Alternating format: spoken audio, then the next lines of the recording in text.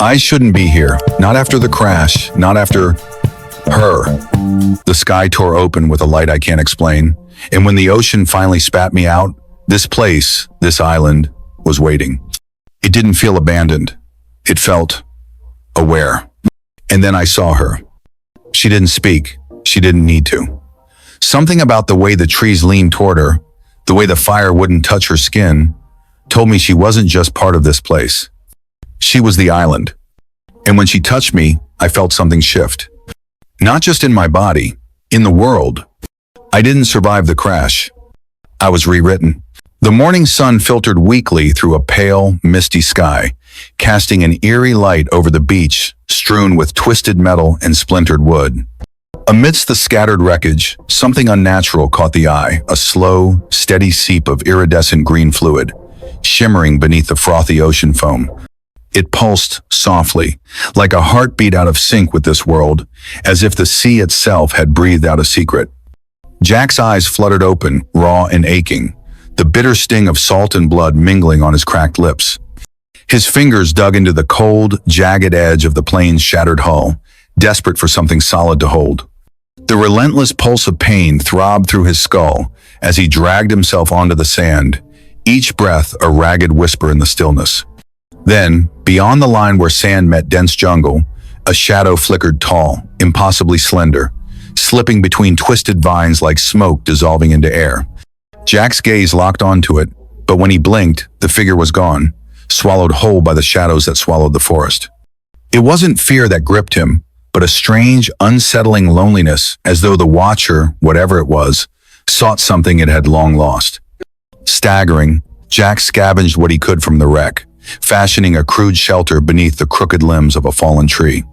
The fever clawed at his mind, twisting his thoughts, blending reality with something else.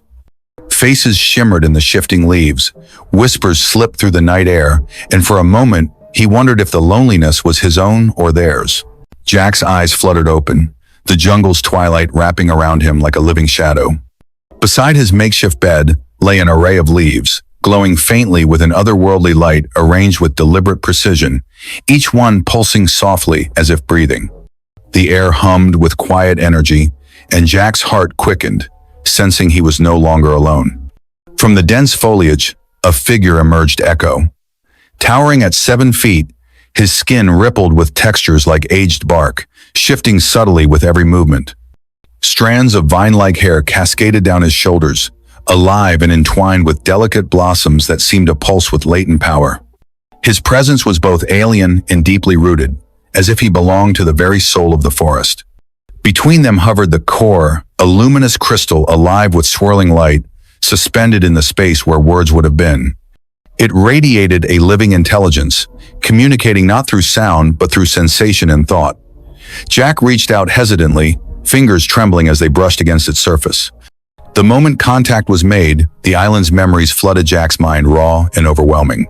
Flashes of shattered ships plunging into raging seas, spores erupting like silent storms, strange creatures blossoming into existence then dissolving back into the fertile earth.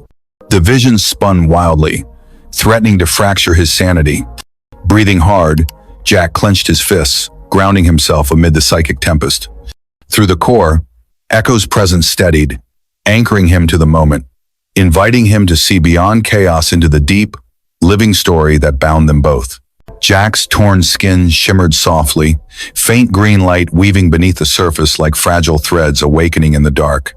The wounds themselves seemed to pulse gently, a quiet heartbeat echoing something ancient and alive. Ekko's gaze held steady, patient but intense, guiding Jack deeper into the grove where shadows danced like whispers among towering trees. The air thickened with a living energy as Ekko demonstrated the island's secret, how it mended not by simple repair, but by folding itself into those it touched. Jack's body responded, veins shifting to hues unseen, coursing with light that bent and flowed, adapting as if learning to breathe new air.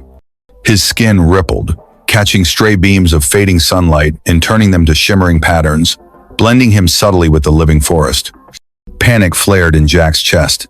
The primal urge to flee surged, but the island itself pulsed in rhythm with his racing heart. Every pulse echoed his fear. Every leaf seemed to shiver with his doubt.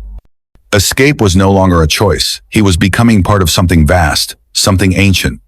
Ekko's presence seeped into Jack's mind not through words, but vivid sensations, ripples of calm amid chaos, images that flickered like firelight. You are becoming, the message was clear, you are chosen.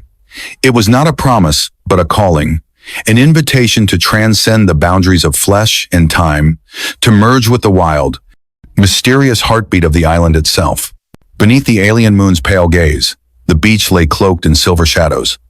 Flickering firelight danced softly across sand and stone, casting long shapes that trembled with the night's quiet breath. Between Jack and Ekko, the core hovered a spinning pulse of living light, its rhythm slow, deliberate, weaving an invisible thread between two worlds. They sat close, a fragile stillness wrapping around them.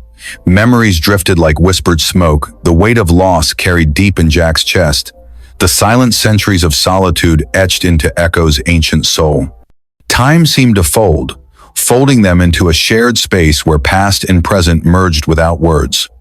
Slowly, their forms began to blur, the green bioluminescence rising like tidewater along their skin, veins ignited with glowing rivers of light, tracing paths of connection and transformation.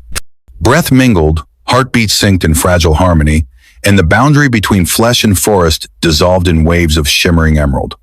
No sound but the steady pulse of the core, alive and breathing between them a silent promise, an ancient covenant written in light and shadow. In that quiet merging, two beings became one, bound by more than flesh, touched by the island's endless, secret heartbeat. Under the dense canopy, the jungle breathed with a life beyond understanding. Leaves bent gently inward, as if bowing in reverence, while crystalline shards erupted from the earth, assembling into an altar glowing with soft, ethereal light.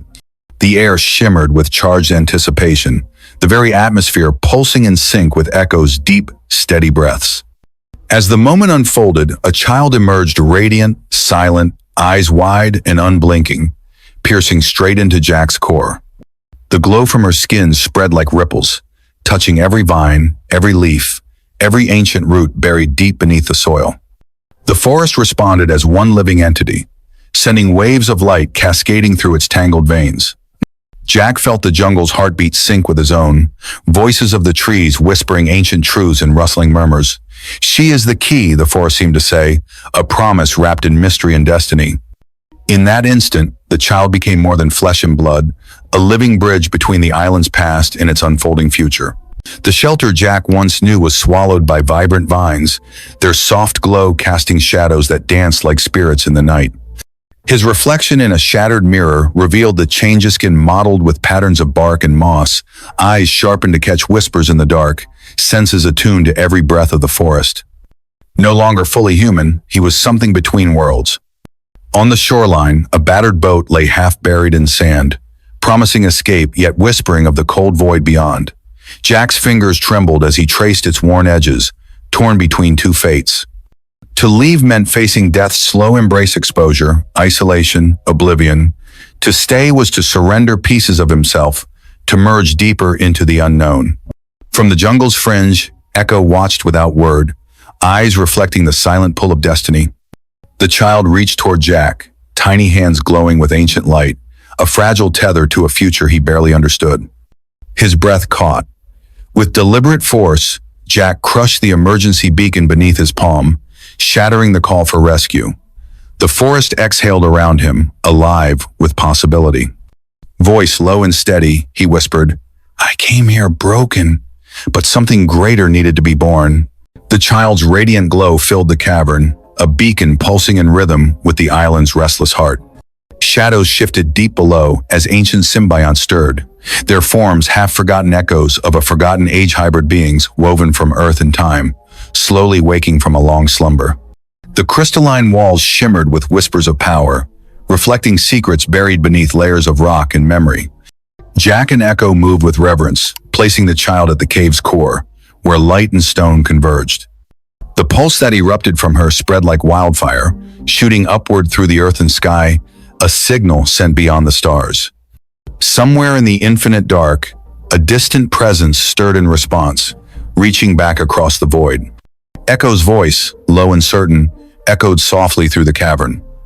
"You were never meant to be just human." The words lingered, heavy with destiny and promise. As the cave thrummed with new life and awakening that stretched far beyond the island's borders, Jack moved through the dense jungle, each step awakening the trees around him.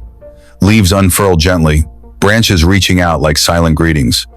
The air shimmered with life, humming softly as if the forest itself breathed in time with his heartbeat. Nearby, Ekko cradled the child, her presence coaxing vibrant vines to bloom in delicate cascades of color, weaving new life through the ancient greenery.